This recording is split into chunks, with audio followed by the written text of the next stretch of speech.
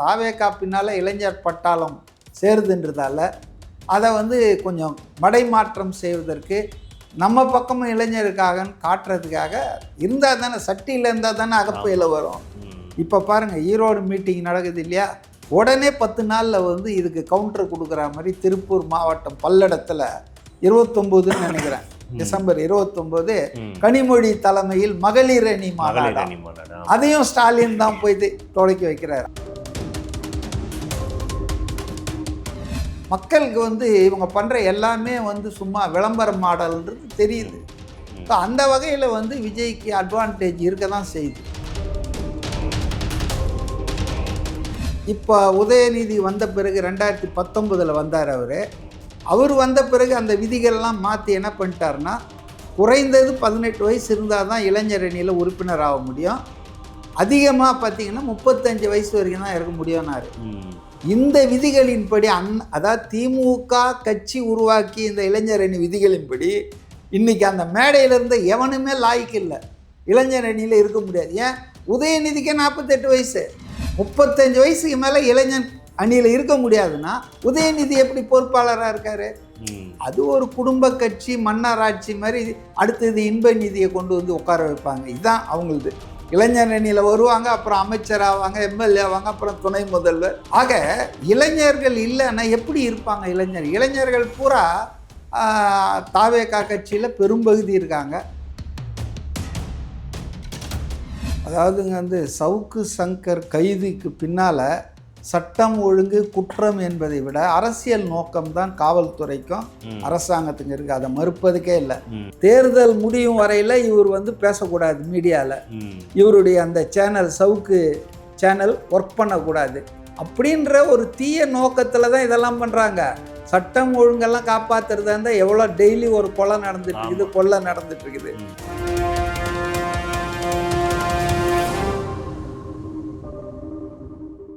இப்போ திமுக முக்கியமாக நடத்தக்கூடிய விழாக்கள் எல்லாத்தையுமே விஜய் குறிப்பாக அதை மட்டும் கிரிட்டிசைஸ் பண்ணிக்கிட்டு இருக்காத நம்ம பார்த்துருப்போம். பவள விழா நடத்துனதை பண்ணார், அருவி திருவிழா நடத்துனதை பண்ணார், கூட்டமே இல்லைன்றதெல்லாம் அவர் மென்ஷன் பண்ணி கலாய்ச்சதெல்லாம் பார்த்துருப்போம். இப்போ ரீசெண்டாக திருவண்ணாமலையில் இளைஞர் அணி மாநாடு வந்து நடத்தியிருக்காங்க. அதில் பொதுவாகவே வைக்கிற கிரிட்டிசம்னா இளைஞர் அணி மாநாடு, பட் அங்கே இளைஞர்களே இல்லை, எல்லாருமே இருந்தவங்கலாம் 30 வயசுக்கு மேலே இருக்கிறவங்க மாதிரி தான் இருந்தாங்க, இந்த யங்ஸ்டர்ஸே இல்லாமல் தான் நடத்தினாங்க. உங்களுக்கு ஒரு விஷயம் தெரியுமா, திமுக வந்து 1949 துவக்கப்பட்டது சென்னையில் அண்ணா அவர்களால்.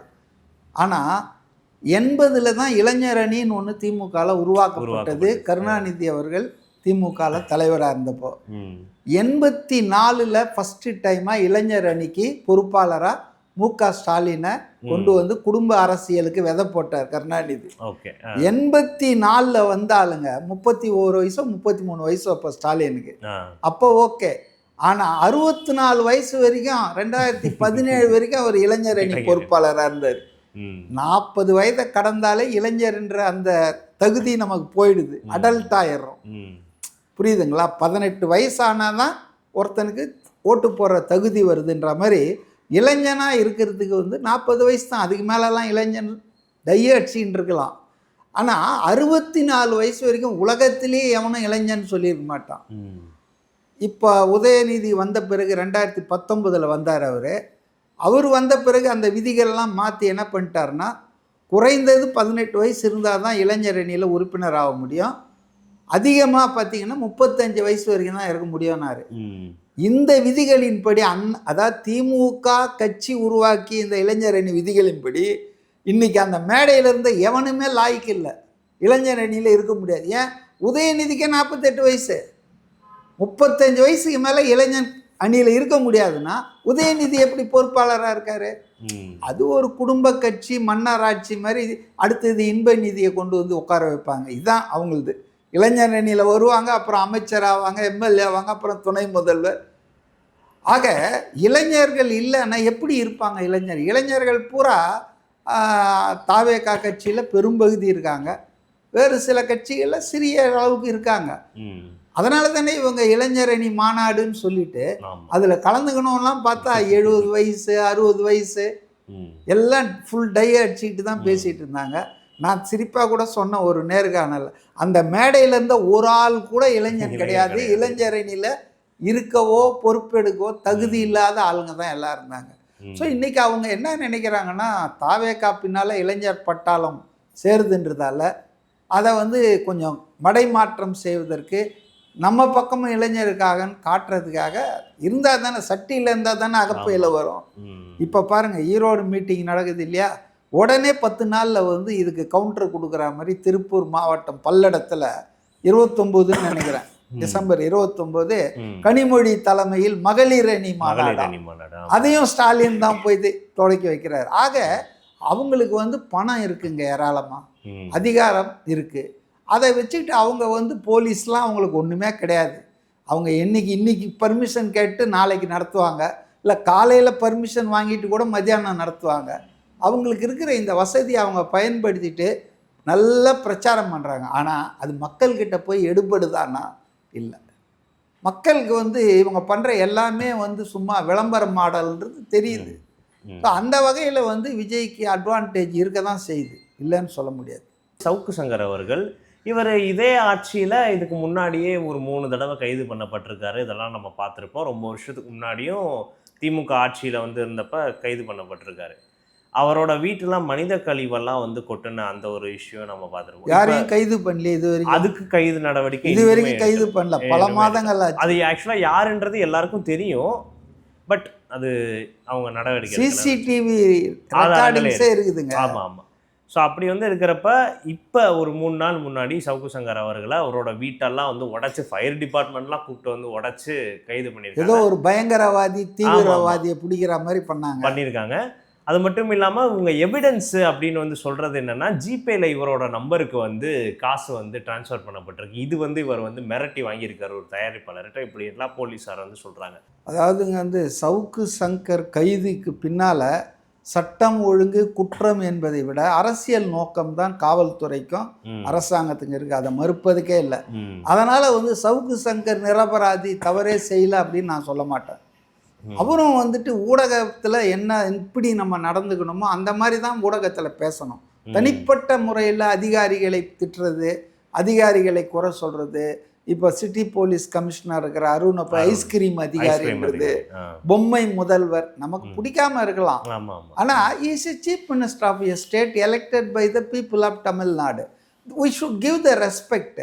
அந்த அடிப்படையில் அவர் வந்து போன தேர்தலில் திமுகவுக்கு வேலை செஞ்சார். இந்த தேர்தலில் அதிமுகவுக்கு வேலை செய்கிறாரு. அவரை பொறுத்தவரையில் யார் காசு கொடுக்குறாங்களோ அவங்களுக்காக கூவார்னு வச்சிங்களேன். அவரெல்லாம் நான் வந்து ஒரு பத்திரிகையாளர் ஊடகவியலாளர்னு நான் எடுக்கலை. நீங்கள் வந்து இன்னைக்கு அவருக்கு காசு கொடுத்தீங்கன்னா உங்களுக்கு ஆதரித்து பேசுவார். இதே ஆள் எடப்பாடியை எவ்வளோ கேவலமாலாம் பேசியிருக்காரு, டேபிளுக்கு அடியில் பிஸ்கெட்டை தேடின ஆளுலாம் பேசியிருக்காரு. இன்னைக்கு வந்து எடப்பாடி மிகுந்த ஆளுமை மிக்க தலைவர்ன்றாரு. So I don't consider Savukku as a ஒரு ஜர்னலிஸ்ட்டு, அவர் ஒரு மீடியா பர்சனில், அவர் ஒரு பிளாக்மெயிலர்ன்றது தான் என்னுடைய கருத்து. எங்கே தான் தப்பு நடந்தால் அந்த தப்பை வந்து மிரட்டுறது, ஊடகத்தில் பேசுறது, அதுவும் செய்கிறார் அவர். அதனால் போலீஸ் வந்து அவரை, இப்போ நீங்கள் வந்து போலீஸை குறை சொல்லும்போது, அரசை குறை சொல்லும்போது, அவங்க உங்ககிட்ட இருக்கிற குறையை வந்து கண்டுபிடிச்சி ஆக்ஷன் எடுக்க மாட்டாங்களா என்ன? கண்டிப்பாக. 2 பக்கமும் தப்பு இருக்குங்க. ஆனால் எனக்கு என்னன்னா, இவர் பண்ணுற சில சட்டவிரோத காரியங்கள் ஊடகவியலாளர்னு மறைக்க முடியாது. ஆனால் ஊடகவியலாளர் இவங்க விமர்சனம் பண்ணுறாருன்றதுக்காக உள்ளே பிடிச்சி வைக்க வேண்டியதில்லை, அரெஸ்ட் பண்ண வேண்டியதில்லை, குண்டாஸில் போட வேண்டியதில்லை. அதுக்கு பதிலாக சட்டப்பூர்வமாக நீங்கள் கேஸ் எடுங்க, நீதிமன்றத்தில் அவருக்கு தண்டனை வாங்கி கொடுங்க. அவர் ஒன்றும் கிரிமினல் இல்லை, அவர் பயங்கரவாதி இல்லை. எதுக்கு கைது பண்ணோம்? கைது என்பதே லாஸ்ட் ரிசார்ட்டாக தாங்க இருக்கணும். ஃபஸ்ட்டாகவே இங்கே கைது தானே இருக்குது. நான் என்ன சொல்கிறேன்னா, விசாரிங்க, ஃபைல் பண்ணுங்க, கேஸ் நடக்கட்டும், அவர் வக்கீல் வைப்பார். தப்பு பண்ணால் தண்ணியை குடிச்சாகணும், உப்பத்தின்னா தண்ணியை குடிச்சாகணும். அந்த மாதிரி அப்படி தான் சட்டம் தன் வழியில் போனோமே தவிர, இன்றைக்கி காவல்துறை கங்கணம் கட்டிக்கிட்டு பல கேஸுங்களை ஜோடித்து இன்றைக்கி 20-28 கேஸ் இருக்குன்றாங்க. குண்டாஸில் போட்டு நீங்கள் துவக்கத்தில் சொன்னீங்க பாருங்கள், தேர்தல் முடியும் வரையில் இவர் வந்து பேசக்கூடாது மீடியாவில், இவருடைய அந்த சேனல் சவுக்கு சேனல் ஒர்க் பண்ணக்கூடாது அப்படின்ற ஒரு தீய நோக்கத்தில் தான் இதெல்லாம் பண்ணுறாங்க. சட்டம் ஒழுங்கெல்லாம் காப்பாற்றுறதா இருந்தால் எவ்வளோ டெய்லி ஒரு கொலை நடந்துட்டு இருக்குது, கொள்ளை நடந்துட்டு இருக்குது. அதனால் 2 பேர் மேலேயும் தப்பு இருக்குது. இவரும் வரம்பு மீறுகிறார், அவங்க துஷ்பிரயோகம் பண்ணுறாங்க அதிகாரத்தை. இதை மக்கள் பார்த்துட்டு தானே இருக்காங்க. இது ஆட்சியாளர்களுக்கு மக்கள் மத்தியில் கெட்ட பேர் தான் உண்டாக்கும். சவுக்கு சங்கர் ஒன்றும் தேர்தலுக்கு நிற்க போகிறது இல்லை, ஆட்சிக்கு வர போகிறது இல்லை. பட் தேர்தலில் நின்று மக்களை சந்திக்கிற ஆட்சியாளர்கள் வந்து ரொம்ப கேர்ஃபுல்லாக இருக்கணும்ல. நல்லவன் போல் இருக்கிறது மட்டும் இல்லை, மக்களுக்கு அப்பியர்ஸ் டு பி குட். மக்களுக்கு தெரியணும் இவன் நல்லவன்.